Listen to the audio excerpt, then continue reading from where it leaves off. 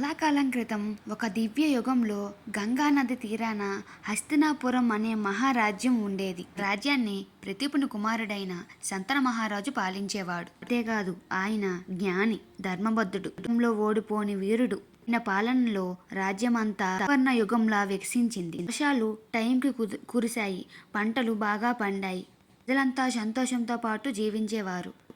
రాజు వద్ద అన్నీ ఉన్నా ఏదో లేదని ఆందోళనతో బాధపడేవారు. తోడుగా ఒక రాణి లేదు అని బాధతో బాధపడేవారు. రాణి లేదనే లోటు అతని మనసులో గాయంలా వికసించింది. రోజు వేటలో మునిగిపోయి శంతన మహారాజు వేటకు వెళుతుండగా అక్కడ గంగా నది తీరంలో జింకను వెంబడిస్తూ అక్కడ ఉన్న గంగాదేవిని చూశాడు.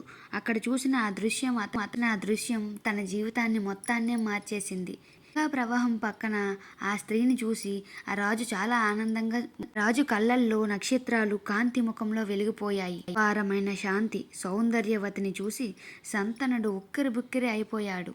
పని కూడా మర్చిపోయాడు, ఆ వేటను కూడా మర్చిపోయాడు. అనే మనసుకు ఒకే ఒక మాట పలికింది, పేరు గంగాదేవి. గంగాదేవిని చూసి ఆ శంతన మహారాజు ఒక మాట అడుగుతున్నాడు. వినమ్రంగా మాట్లాడుతూ ఆ దివ్య సుందరికి నువ్వు నన్ను వివాహం చేసుకుంటావా అని అడిగాడు. నేను హస్తినాపురం మహారాజుని.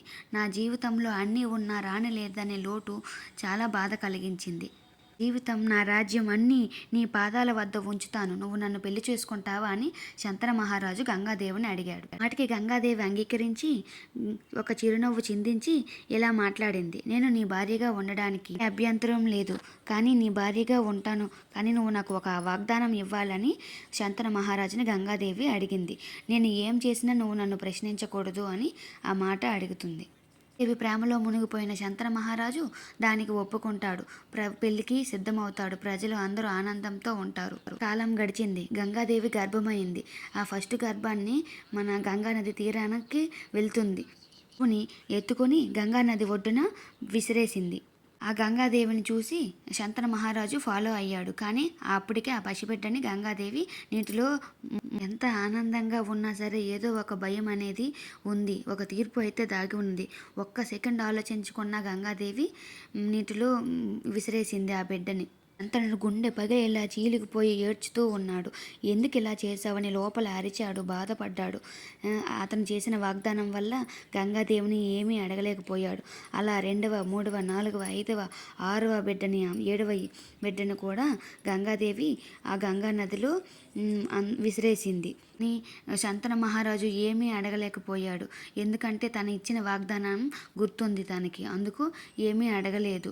నువ్వు ఏమీ అడగొద్దు అని ప్రమాణం చేశావు కదా, మళ్ళీ అడుగుతావు ఏంటి అని అడుగుతుందని ఇంకా ఏమీ అడగకుండా వచ్చేశాడు. కానీ శంతన మహారాజు బాధపడుతూనే ఉన్నాడు, ఎందుకు ఇలా చేస్తున్నావు గంగాదేవి అని. ఇంకా ప్రజలందరూ కూడా ఎన్నో మాట్లాడుకుంటున్నారు.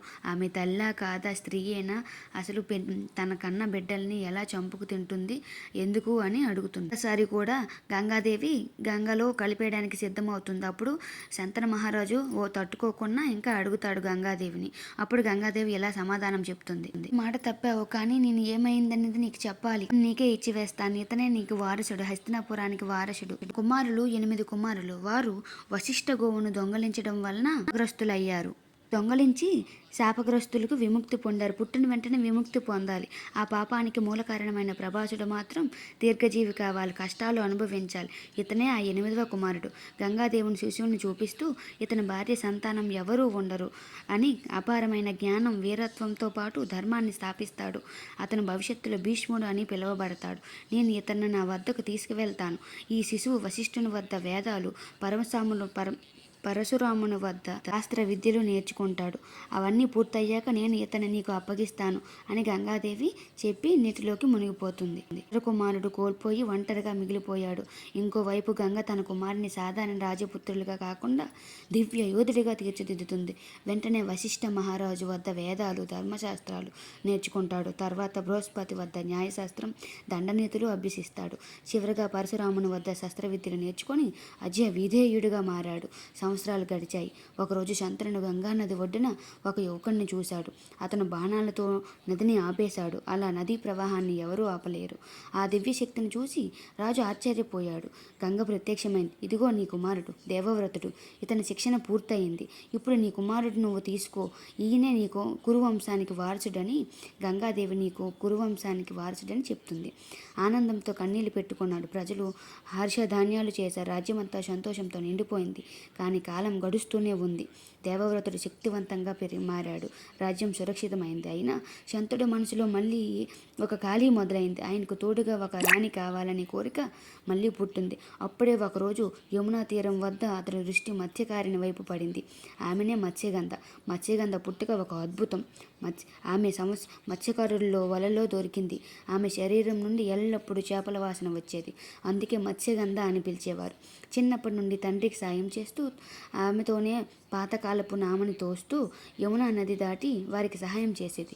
ఒకరోజు పరాశర మహర్షి యమునా నది దాటాలని వచ్చాడు. మత్స్యగంధను చూసి బోట్లో కూర్చున్నాడు. నదీ మధ్యలో చల్లగా వీచిన గాలి ఆమె వస్త్రాలను కదిలించింది. ఆమె సౌందర్యాన్ని గమనించిన మహర్షి, నీవు సాధారణ స్త్రీ కాదు, నీలో భవిష్యత్తు దాగి ఉంది.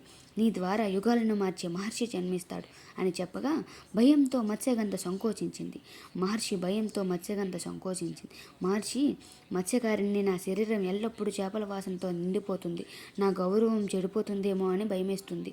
ఆమె భయాన్ని చూసిన పరాశరుడు ఇలా వాగ్దానం ఇచ్చాడు. నీ గౌరవంకి ఏమీ కాదు, చేపల వాసన పోతుంది. దాని బదులు అపూర్వమైన దివ్య సుగంధం వస్తుంది. ఆ సువాసన 1 యోజన దూరం వరకు వ్యాపిస్తుందని, ఆమెకు అప్పటి నుండి యోజన గంధ అని పిలుస్తారని చెప్పాడు. అలాగే నీ గర్భం నిండు పుట్టేవాడు మంచి మహర్షి అవుతాడు అని వరమిచ్చాడు. ఆ వరప్రసాదంలో మత్స్యగంధ ఆ కుమారుడిని జన్మనిచ్చింది.